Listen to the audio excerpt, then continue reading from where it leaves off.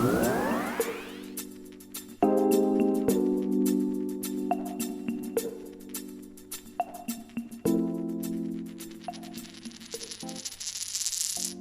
bem, meus amigos? Estamos aqui de volta ao programa semanal que eu gosto muito, que é sobre as reformas estruturantes, né? Então, que, ao nosso ver, as duas principais, a administrativa e a tributária.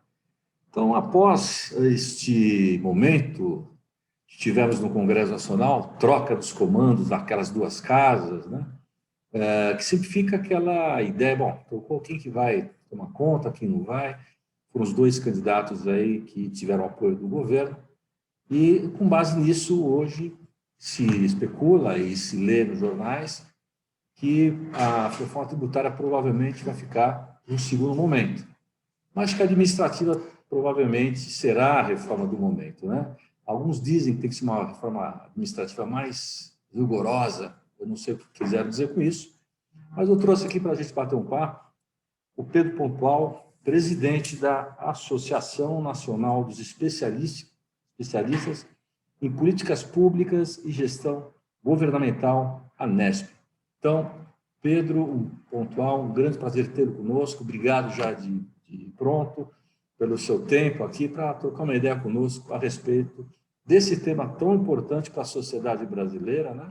Para o destino do nosso país. Então, Pedro, a palavra é sua. Fala um pouquinho o que você acha, como é que você está vendo o panorama com relação à expectativa de uma aprovação da reforma administrativa e o que você acha dessa reforma que está vindo por aí.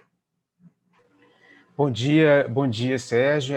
Bom dia a todos que estão acompanhando esse nosso bate-papo. E eu queria agradecer muito o convite de vocês. Eu acho que esse é um debate extremamente importante que está acontecendo e talvez ele não esteja sendo acompanhado com a seriedade que ele merece, porque essa reforma administrativa, ela está, essencialmente, ela dá um Ctrl-Alt-Del na forma como se organiza toda a estrutura de pessoal do Estado, tanto do federal, né, da União, os estados e os municípios. E a gente tem a convicção de que tem muito espaço para melhorar os serviços públicos, né? Tem muita coisa que precisa ser feita, a gente entende que tem limitações, embora, em geral, o serviço público seja avaliado por quem não usa os serviços públicos de forma pior do que por aqueles que usam o serviço público.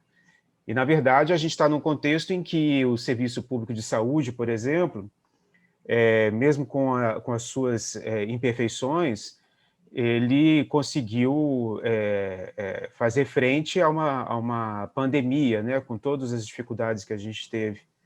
Aí ele conseguiu garantir um amparo à população. Então, a gente entende que a reforma administrativa poderia discutir em cima de um diagnóstico de quais são os problemas, quais são as limitações que existem hoje no serviço público e que precisariam ser melhorados.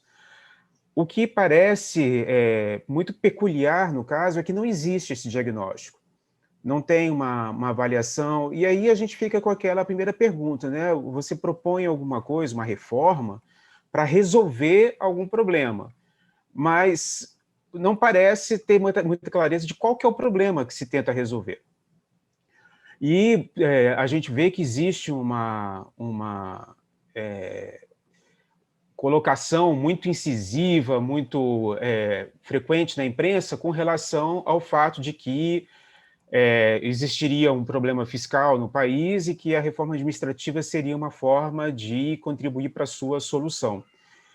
Esse diagnóstico e essa solução também não estão incluídos na reforma administrativa. Quem tiver a curiosidade de olhar o documento formalmente protocolado no Congresso Nacional, que agora está na Câmara dos Deputados, vai ver que existe, como é típico desses casos, quando o governo federal apresenta, o Poder Executivo Federal apresenta uma proposta para o Congresso Nacional, acompanha uma exposição de motivos, que é um arrazoado de quais são os embasamentos, as justificativas. é um documento muito interessante de se ler. Essa exposição de motivos é assinada pelo ministro que apresentou a proposta. E, nesse caso, é assinado, então, pelo ministro da Economia, Paulo Guedes. E, nesse documento, ele deixa muito claro a reforma administrativa, né, a proposta, ora apresentada, tá mais ou menos nessa redação, não possui impactos orçamentários financeiros. Poderá, no futuro, vir a reduzir gastos obrigatórios. Então, a reforma administrativa não tem qualquer relação com a situação fiscal do país. E, então, mesmo o problema que existe um diagnóstico, embora seja um diagnóstico questionável, porque essa questão fiscal, a discussão fiscal e a decisão por fazer cortes de gastos é uma escolha política, não é uma imposição técnica. É uma percepção, dentro de uma linha que faz a discussão de como o Estado se financia e que há outras linhas que apresentam outras propostas. Então, não é algo que está decretado, imposto, que precisa ser feita essa redução de gastos para poder resolver a situação fiscal. E, quando se fala em gastos obrigatórios, é muito peculiar que as pessoas talvez não tenham clareza. Eu acho que nem mesmo a imprensa tem clareza do que são os gastos obrigatórios, porque ela não apresenta essa exposição, essa colocação do que eles são. E os gastos obrigatórios, além daqueles que estão estabelecidos na Constituição, eles são estabelecidos pela Lei de Diretrizes Orçamentárias, que todo ano é discutida pelo Congresso Nacional. Tem um anexo dessa lei que traz ali os gastos que não são passíveis de contingência, então são entendidos como os obrigatórios, porque não podem ser contingenciados. E aí tem uma miríade de gastos ali, incluindo, por exemplo, o uniforme das tropas das Forças Armadas, é um gasto obrigatório. Todos os gastos de educação são obrigatórios. Os gastos de saúde são obrigatórios. Então, é um pouco falacioso se dizer que existe um problema nos gastos obrigatórios, que os gastos obrigatórios são um empecilho, quando a gente não faz a discussão de mérito dos gastos obrigatórios. Então, e talvez possa se fazer uma triagem desses gastos de fato, mas existe um dogma de que a questão da folha de pagamento é a principal discussão a se acontecer. Talvez em países onde a folha de pagamento tenha um peso fora do comum, isso seja de fato relevante, mas não é o caso do Brasil. Segundo os próprios relatórios da OCDE e as informações que a gente tem no país, não existe qualquer tipo de anomalia no Estado brasileiro. Não é um Estado inchado. Não tem dado que respalda isso. Então, a gente começa a formar a impressão de que essa reforma administrativa ela não tem proposta do que resolver, ela está com um problema que não existe, na verdade, ela não trata da questão fiscal, então fica a pergunta, para que a reforma administrativa? Essa é a principal dúvida que a gente tem hoje e a gente ainda não conseguiu encontrar uma resposta. Vamos lá. Obrigado, Pedro, pela sua introdução aí do tema. Bom, eu já entrevistei algumas pessoas, inclusive do governo, inclusive do Congresso e tal, quem está, enfim, liderando o projeto e tudo mais, e tive algumas assim, posições interessantes. Né? Do governo, o próprio governo diz o seguinte, o funcionário público, em média, ele consome, vamos dizer, ele recebe do governo, em média, né? A média histórica, por 60 anos. Isso é um dado histórico. Né? Então, o sujeito ele entra, para esse concurso, entra, trabalha, sei lá, 30 anos, se aposenta, ainda, até morrer e tal, enfim. A média histórica é de 60 anos que se contribui com o servidor público. Né? Então, esse é um detalhe. O detalhe, a questão das próprias avaliações, eles acham que, por exemplo, funções que são de governo, especificamente, né? Pelo menos uma coisa que a gente está, no dia a dia, não pensa nisso, né? Que é de policial, médico, enfim, alguns encargos que são exclusivamente de governo, por exemplo, né? Esses manterão-se estabilidade, quer dizer, a ideia é também manter isso, né? Então, acho legal, uma ideia fantástica. Outra coisa que eu achei interessante, que a gente também tem que refletir, tem que passar para a sociedade, como você bem colocou, né? A gente precisa explicar para o pessoal também em casa, fazer uma reflexão, né? Você tem toda a razão naquilo que você colocou, né? Então, as questões de carreira, né? Quer dizer, os planos de carreira, né? Falar em meritocracia e não uma promoção automática, como hoje ocorre na maioria das atividades do servidor público, né? E você bem colocou também, fizeram essa colocação, que existem, assim, dentro de um padrão normal, a grande maioria do servidor público está num salário, muitas vezes até abaixo do salário de mercado, a grande maioria. Mas você tem o tal dos super salários, que é uma realidade também, e isso é uma coisa que precisa ser, eventualmente, pensada e, de fato, criar um critério para que não se estoure esse teto. Quer dizer, é uma realidade que eu acho que faz todo sentido também para nós, né? Então, acho que é importante ter essas visões, né? E que mais que foi colocado? Você colocou muito bem a questão do atendimento público, né? Do serviço do SUS, né? Que é um serviço que você bem colocou. Quem utiliza, avalia positivamente. Quem não utiliza, fica com aquele, será que é bom, né? Serviço público. Muito pelo contrário, o serviço público é muito bom, de fato. O serviço público brasileiro é muito bom. E o servidor público, em todas as pessoas que eu conversei, também tem essa visão, que o servidor público, em geral, é muito bem preparado, é um cara muito bom. E é mesmo. Para começar, para você entrar, né? Você prestar um concurso e entrar, não é tão simples assim. Muito pelo contrário, né? É bem complicado, bem difícil. Eu acho que essa fase, para poder conseguir entrar, não é fácil. Então, tem todo merecimento, né?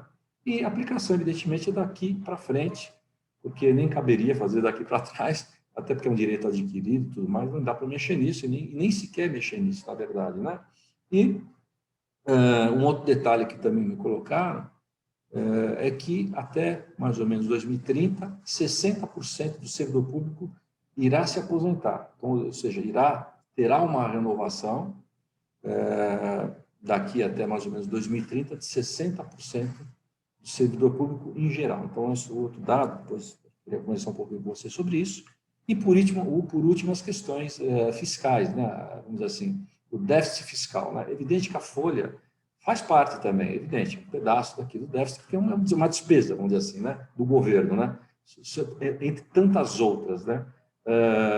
Que eu concordo com você também, a gente tem que avaliar o todo, não só especificamente um detalhe. Eu não sei, de fato, o quanto representa, por exemplo, a folha do país, ou seja, da União, dos Estados, em relação ao déficit, ao custo, vamos dizer, ao custo do Brasil no todo. Não tenho noção, né?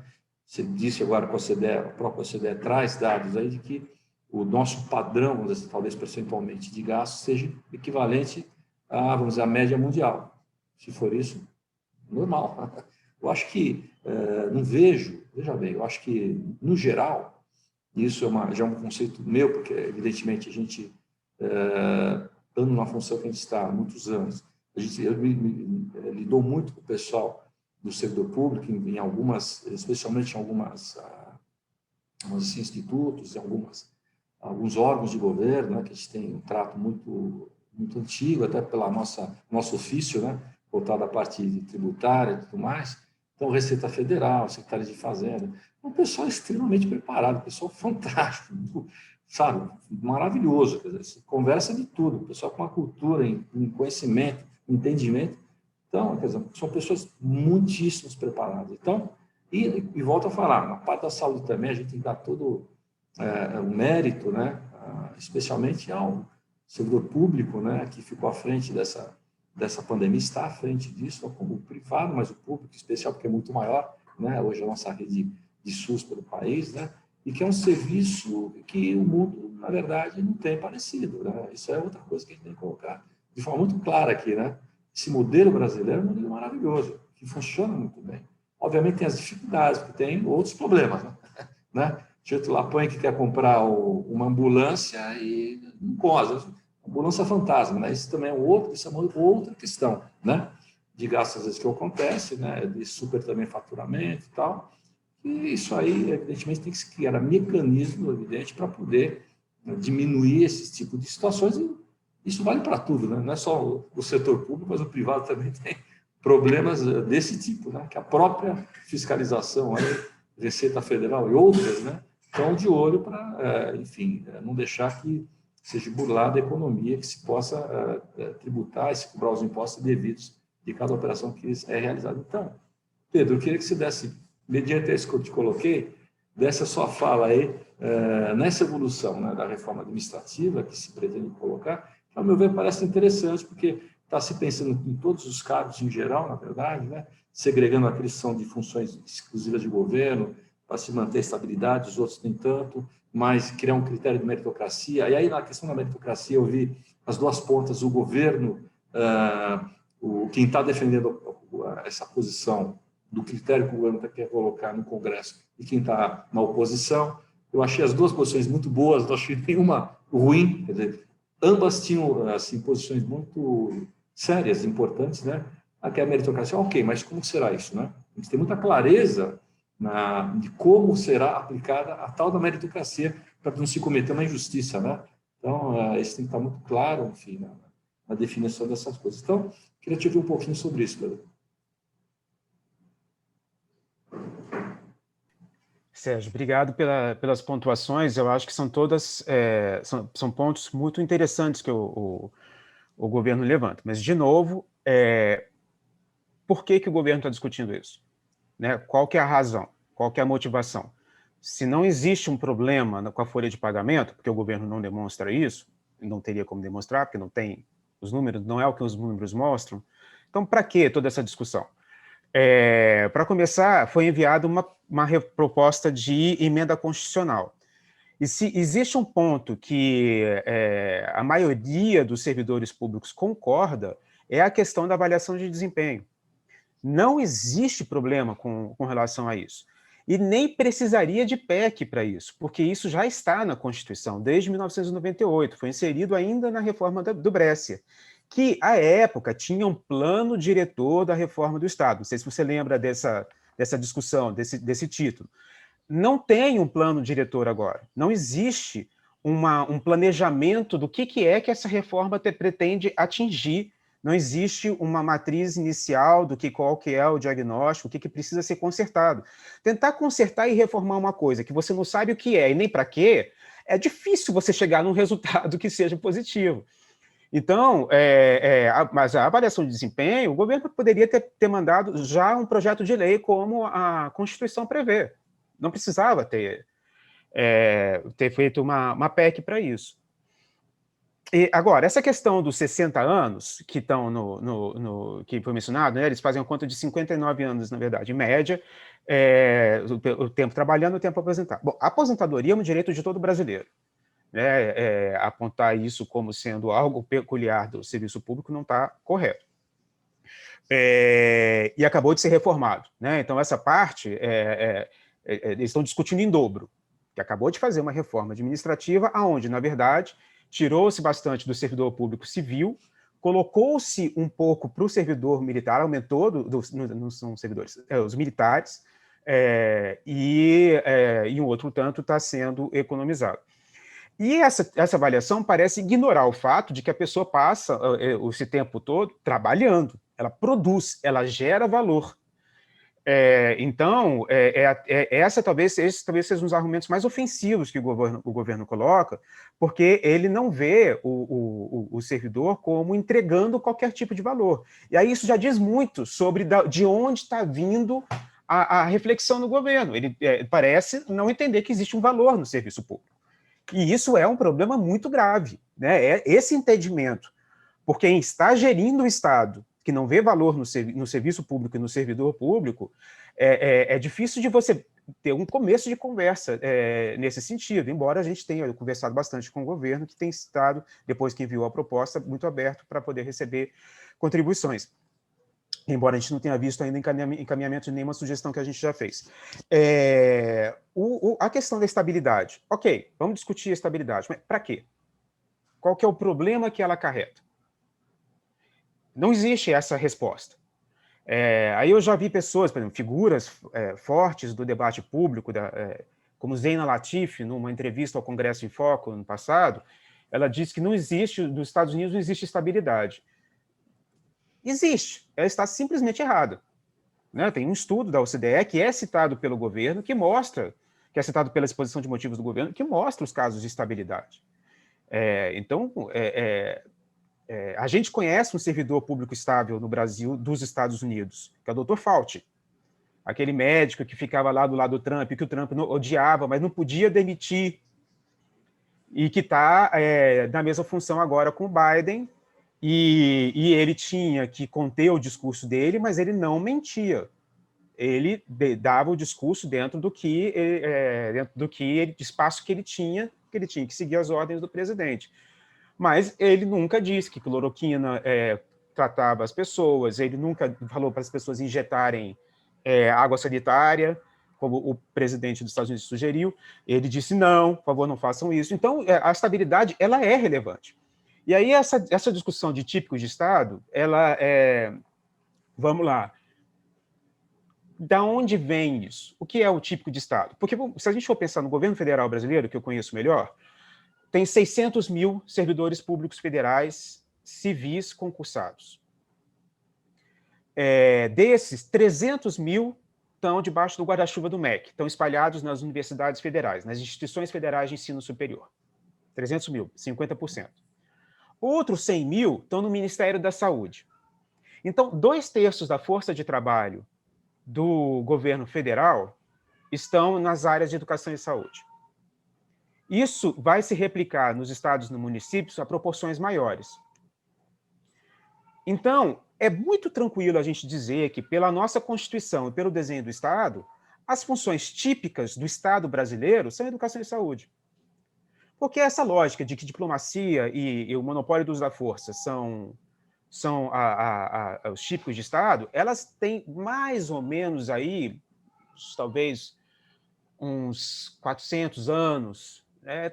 Não é para uma reforma que fala em modernizar, levou-se muito pouco em consideração a modernidade. E no típico de Estado, também, quem é que gere o recurso? Você transfere o recurso para um Estado, você transfere o recurso, você contrata uma empresa. Quem gere esse contrato? Quem gere o recurso transferido?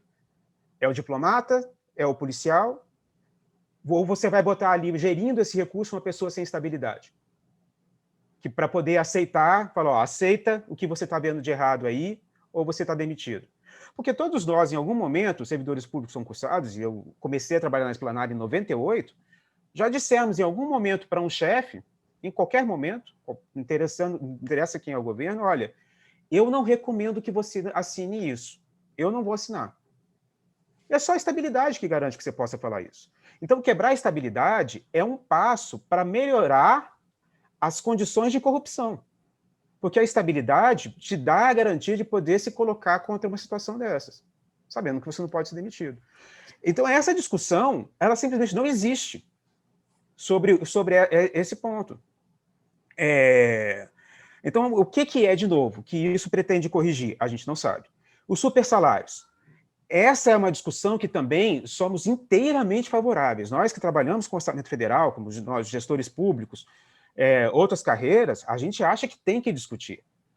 Infelizmente, a PEC não aborda esse público. Até porque a gente sabe que os supersalários não são dos servidores públicos. Os supersalários são dos membros de poder. São juízes, desembargadores, ministros de tribunal, parlamentares. Esses são os que têm os supersalários. E a PEC não os inclui. Então, ótimo, vamos discutir, vamos garantir. Também a gente não tem problema nenhum com as limitações todas que existem nos salários. Na verdade, o serviço federal, o serviço público federal, os servidores públicos federais já não têm nada desses penduricalhos. Talvez existem estados e municípios, e aí é relevante trabalhar isso, mas se a gente vai discutir supersalário, vamos discutir supersalário. Na verdade, também não precisaria da PEC. Existe um projeto de lei tramitando, que está lá parado, no Congresso Nacional, na Câmara dos Deputados, que bastava o governo priorizar. Olha, eu quero combater o supersalário, pega esse PL. Então, a desculpa de supersalário não cola. Simplesmente não cola, porque a PEC não trata disso, não é discutido isso na exposição de motivos, e o texto da PEC não aborda esse problema. É verniz. esse discurso. Então, existe por isso que é uma dificuldade que essa proposta de reforma, primeiro, não foi debatida com os especialistas. A gente vê toda hora, porque você ouvir o servidor público era o mínimo razoável. Você não precisava concordar com tudo que os servidores públicos falassem, você não precisa fazer tudo que os servidores públicos propõem, mas você deveria tê-los ouvido antes de elaborar a PEC. Porque as pessoas, essas figuras que a gente vê falando isso, são figuras do mercado que não têm nenhuma ou limitada experiência do serviço público. E dizer que serviço público é igual o setor privado é tão falacioso que chega a ser atrapalhar a discussão. Né? Se você me permite um exemplo. Você quer que o servidor público ele se aperfeiçoe cada vez mais no setor público. Então, o servidor público vai conhecer as normas e as leis, porque existe uma diferença. O servidor público só pode fazer o que a lei expressamente permitir.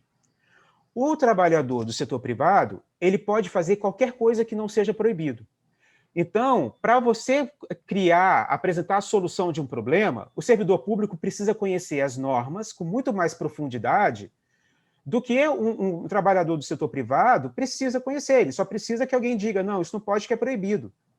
A pergunta que um chefe tem que fazer quando você apresenta uma solução para qualquer problema que seja a lei deixa eu fazer isso? Eu posso fazer isso? Não basta falar, perguntar se tem alguma coisa que proíbe.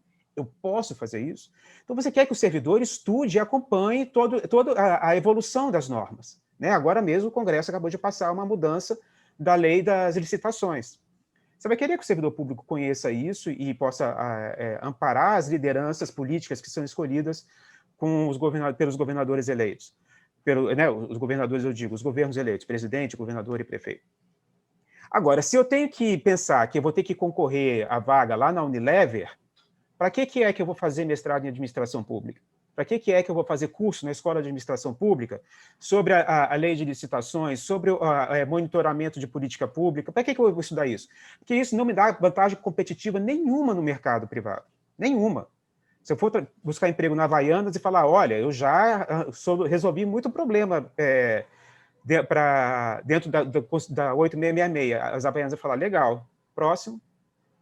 Então, essa lógica de que existe uma fluidez entre setor público e setor privado, ela é absolutamente falsa, é uma premissa falsa. Então, não sei se me estendi muito na resposta. Perdão. Não, perfeito. Acho que eu deixei você falar bastante, você falar bem e com muito conteúdo. Então, é importante. E o objetivo desse programa é você trazer a reflexão dos nossos ouvintes aí, né? Quem nos assiste, né? E dentro dessa lógica, eu acho que foi perfeito. Você falou muito bem. As suas colocações são bastante pertinentes, né? Então, acho que está certo. Eu acho que é só para não contestar, mas para argumentar aqui com relação à questão da aposentadoria, acho que o que se coloca mais aí é que o setor privado, o aposentado do setor privado, tem uma tabelinha que o cara, para trabalhar a vida inteira, ele ganha aquele valorzinho básico, né? E no setor público, não, que ele ganha o salário integral, com todos os quinquênios, enfim, todas as premiações que ele teve ao longo da carreira dele, né? Então, isso realmente, para quem está no setor privado, ele se sente um pouco prejudicado. Não que o público não mereça, mas, poxa, se ele pode, por que não podemos também? Ou então, vamos fazer um equilíbrio aí, para que a gente possa, todo mundo ter uma aposentadoria mais, assim, decente e melhor para todos, né? Para a população brasileira. Então, com relação a esse, eu imagino, né? Por isso que a fala, não foi só um que me falou isso, dessa média de 60 anos, tal, como quem diz, né, o governo, enfim, contribui, em média, com um servidor, desde o momento que ele entra, o momento que ele deixa de existir, por, em média, 60 anos, nós contribuímos a essa pessoa, né? Não que não valorize isso, pelo contrário. Aliás, todos ouviram uma coisa interessante, né? Todos falaram, não, a ideia é fazer uma proposta de mudança para frente, horizonte futuro, né? Essa história que muita gente está falando para trás, não cabe isso, não quer se fazer isso, nunca se houve a intenção de se fazer isso. Então, isso eu ouvi de várias vertentes, entendeu? Então, esse é um aspecto que eu acho positivo, né? Porque nem caberia, né? Realmente não caberia uma mudança. Eu acho que talvez até era uma tentativa de modernização, vamos dizer, da estrutura das carreiras dentro do servidor público, que eu acho que tudo bem, isso acontece em qualquer atividade, inclusive as privadas, né? Que estimula muitas coisas, inclusive funções novas, né? E funções que deixam de existir, né? Então, eu creio que no privado, com certeza, a gente enxerga isso com muito mais clareza. Talvez no público talvez tenha isso também, ou funções novas que estão surgindo e que se não tem ainda vamos dizer, esse critério dessa função dentro de um ordenamento legal. Então, essas coisas que a gente percebe também vêm enfim, para melhorar. E você colocou uma coisa muito importante. Eu já tinha escutado isso também de quem é da área pública, né? Que se você tirar a estabilidade, você fica numa situação muito ruim, dependendo de quem está acima de você, né? Enfim, eventualmente, em determinadas situações, e a gente sabe que nessas questões o setor público é muito mais sensível, né? Porque ele está muito mais visível, né? A todas as situações, né? A todas as intempéries, vamos colocar dessa forma, o que é muito pior, evidentemente, né? Então, eu até acredito que, para efeito de promoções, a meritocracia é realmente o melhor critério, mas como se utilizar? Como se criar isso? Acho que isso, sim, é uma discussão importante para se ter, né? Muito importante, né? Assim como você bem colocou, vamos discutir sobre o salário? Vamos. Que você falou de forma muito clara, e é verdade, essa turma do poder, por isso que não se mexe nisso, né? Vamos ser claros aqui, né? Se engaveta numa gaveta lá de algum deputado, tudo mais, algum senador, e a coisa não anda, porque a gente sabe, né? É difícil isso. Mas nós, como cidadão, temos que enfrentar essas situações e botar isso realmente de forma muito clara. Precisamos enfrentar isso daí, né? Porque isso pega mal para todo mundo, isso é muito ruim, né? A gente precisa tentar mudar essas questões, né? Então, Pedro, eu adorei essa conversa com você. Você vê que já passou uma meia horinha, mas eu queria que você desse um fechamento. Foi um bate-papo bem gostoso aqui. Passa rápido quando a conversa é gostosa, né? E dessas suas últimas considerações antes da gente fechar aqui o nosso programa. Opa, vamos lá, tentar falar rapidinho dessas questões que você mencionou. A questão da aposentadoria, bom, houve uma reforma da Previdência. Então, não faz sentido usar argumentos previdenciários para justificar a reforma administrativa. Então, então vamos discutir. Na verdade, foram várias reformas previdenciárias que aconteceram, né? Eu acho que essa é a terceira ou quarta. Então, já tem um tempo que ninguém se aposenta com penduricário, quinquênio, com nada disso, não existe mais isso. Não existe mais a aposentadoria com o salário integral. Foi criada uma aposentadoria complementar, e a contribuição previdenciária do servidor público é muito maior do que no setor privado. O pessoal esquece dessa parte da conta, que é o quanto você contribui. Então, vamos comparar, faz sentido e é importante comparar a aposentadoria do setor público e do setor privado, e eu concordo com você inteiramente. Essa lógica de se tem um para baixo, vamos puxar o outro para baixo, é muito ruim, porque você está trabalhando com a lógica de que né, ninguém merece uma aposentadoria decente. Não, vamos trabalhar para que todo mundo tenha uma aposentadoria decente. Você tem que reequilibrar, reequilibra. Essa discussão já aconteceu e ela foi mal colocada nesse sentido. Então, agora, a contribuição do servidor público, ela é bem maior do que o teto do INSS que o trabalhador do setor privado contribui. Bom, você mencionou a questão de novas carreiras, isso é ótimo, vai se construindo, na verdade, pessoas que estão em carreiras aí obsoletas, que agora são só resquícios, né, porque faz muito tempo que não se contrata para carreiras administrativas, que são terceirizadas, mas existem programas que você retreina a pessoa para contribuir e produzir em outra área. Isso é possível, o setor privado faz isso, o setor público também faz. Então, isso como argumento também é um argumento muito limitado dentro da lógica do poderio que existe dentro da visão de gestão pública, né, que a gente vê que não foi consultado, não foi absorvido. E deixa eu fazer uma observação que eu acho que talvez seja muito pertinente para a gente encerrar, para não estender muito. a Frente Parlamentar Mista pela Reforma Administrativa convidou 2 países para poder conversar, a Espanha e a Austrália, que fizeram suas reformas. A Espanha falou da reforma que fez, foi uma reforma sem impacto fiscal, focando na qualidade do serviço público. Então, você precisa ouvir o usuário do serviço público, que até agora não foi ouvido por ninguém. Né? Você fala, vou melhorar a qualidade do serviço para você, mas não quero saber o que você pensa e quais são os problemas do serviço. Não faz nenhum sentido isso. Ninguém foi ouvido sobre isso. Então, a Espanha fez isso, e quando perguntaram, bom, e a parte fiscal? A Espanha falou, olha, em 2012, nós fizemos uma campanha nacional contra a sonegação fiscal, que teve efeito, aumentou a arrecadação do Estado e resolveu o problema fiscal. Então, existem alternativas. A gente tem a folha de pagamentos dos civis do governo federal, civis ativos, está em torno de 130 bi por ano, certo? Só de isenção fiscal, as chamadas despesas tributárias, são 350 bi. O simples custa 90 bi. Então, tem um espaço aí, que o pessoal, os associados da Finacom, o pessoal que compõe a Finacom, conhece bastante, né? E fica aí tendo que trabalhar essas regras todas. E a gente sabe que é um dinheiro que você dificilmente consegue acompanhar os resultados, os impactos. Então, mais uma vez, política pública sem impacto. Na verdade, toda essa discussão carece de uma avaliação de impacto. Qual que é o day after? Qual que é o dia seguinte da aprovação da PEC? Se ela for aprovada como foi proposta. Como fica o dia seguinte? Ninguém sabe dizer. Na verdade, a PEC não tem nem um tempo de transição. Se aprova a PEC hoje, amanhã tem prefeito fazendo concurso para coisa que a PEC já falou que não pode mais fazer.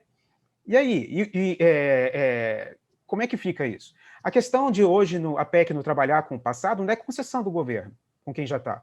É porque o governo sabe que vai custar um dinheiro enorme em judicialização. É tempo e dinheiro que vai parar e vai derrubar a PEC. Então não é uma concessão, uma bondade, uma generosidade.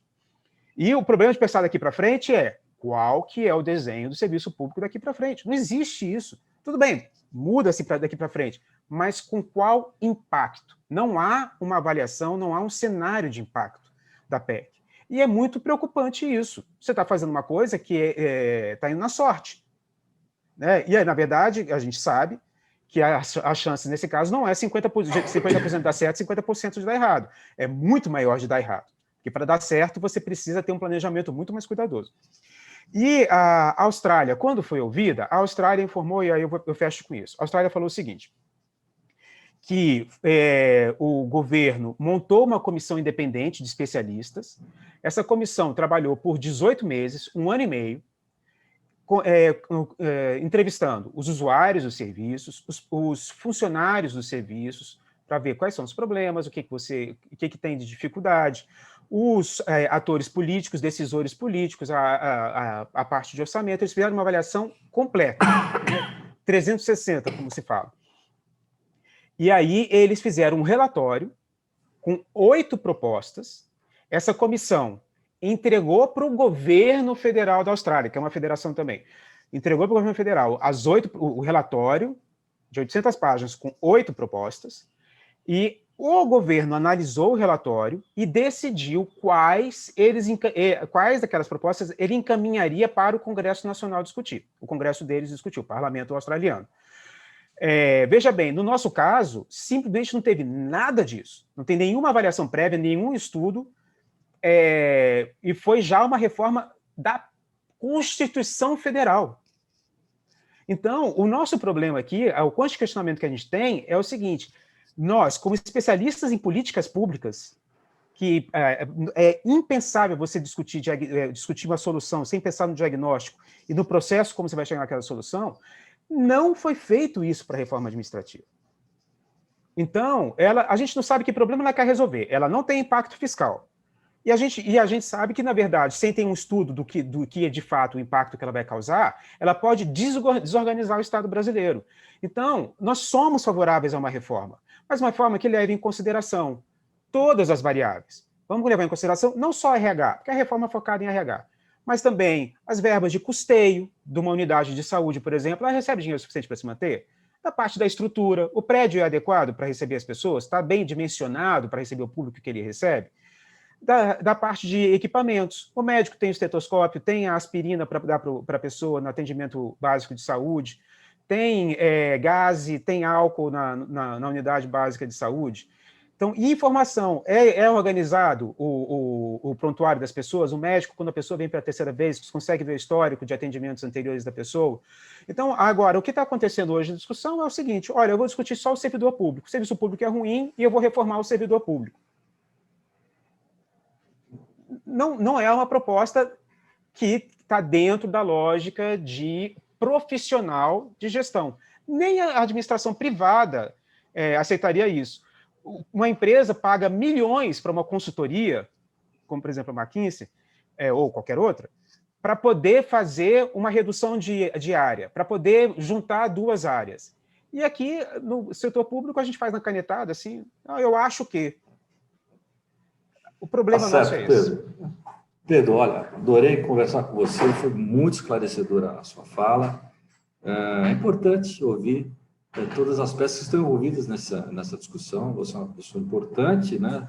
Presidente da Nesp, eu acho que você está extremamente ligado às políticas públicas e gestão pública, isso é uma coisa extremamente importante para que o nosso ouvinte aqui faça a sua reflexão, né? Porque, pelo que eu li nos últimos dias, em função de quem assumiu aquelas duas casas, né, lá no Congresso Nacional, me parece que uma das propostas que eles vão tentar colocar na frente vai ser a administrativa. Então, a gente tem que ficar muito atento a isso, e nós, como cidadãos, temos que estar acompanhando de perto os nossos parlamentares para ver quais são as suas posições e poder fazer, com base nas nossas reflexões, os nossos posicionamentos em relação a isso. Acho que é um tema extremamente sério e importante, você colocou coisas extremamente importantes para essa reflexão. Então, agradeço novamente o seu tempo e vocês que nos ouviram, obrigado aí por mais esse programa que foi muito bom, muito agradável e muito gostoso, e teremos mais conversas aí, talvez trazer o Pedro mais vezes aqui para a gente poder discutir com mais profundidade essas temáticas todas que envolvem aí a reforma administrativa. Então, um abraço a todos, obrigado, até a próxima semana.